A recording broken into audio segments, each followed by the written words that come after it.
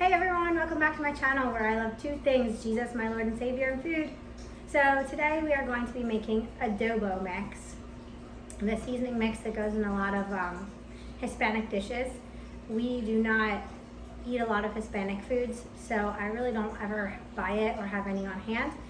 But my husband has been asking for me to make empanadas. He loves those things, and I haven't made them honestly in years. And the recipe that we found, it was an authentic Puerto Rican recipe online, and it calls for adobo. And like I said, I don't ever have that on hand, so I figured I'd bring you all along with me to make this adobo mix, and hopefully it turns out all right. I'm just gonna keep it in the bowl today. I'm not going to put it in a little jar or anything like that because I really don't know how much I'm gonna use. I kind of like things heavily seasoned, so I usually tend to use a lot more seasoning than recipes call for. So if I have any extra left, I'll just toss it in a mason jar, or I'll look around and see if I have an old spice jar that I keep on hand sometimes for dehydrated herbs and whatnot, and spice mixes that I make. So with that being said, let's get started. They do call for 2 tablespoons of salt. I think that's honestly way too much salt, so I'm just going to do 1 tablespoon, and I guess if I feel like it needs more in the actual recipe, I'll add more. 2 tablespoons kind of seems excessive to me.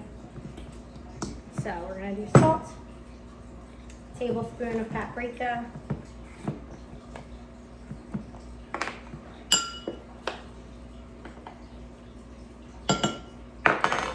two teaspoons pepper. I just have my little grinder here, so I'm just gonna crack a good bit of pepper. And like I said about the salt, you can always add more later if needed to taste. I don't think that's a big deal. 1.5 teaspoons onion powder.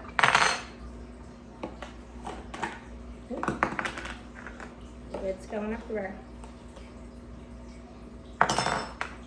And then we're gonna do 1.5 teaspoons of oregano.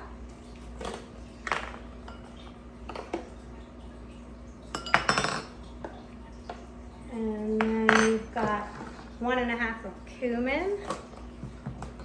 Pretty easy recipe to remember, I'd say. Oh wait, that's chili.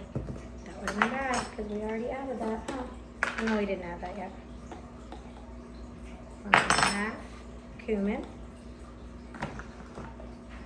Teaspoon garlic powder. And now a teaspoon of chili powder. You just mix it on up. And what did that take us? All of a minute or 2 to mix up. Here you've got a good sized bowl of homemade adobo without all those extra weird ingredients that a lot of spice mixes add in there. A lot of them have the natural flavors. That's probably one reason why I stopped buying adobo years ago. All right, well, thanks for joining me. I'll see you again next time. Bye.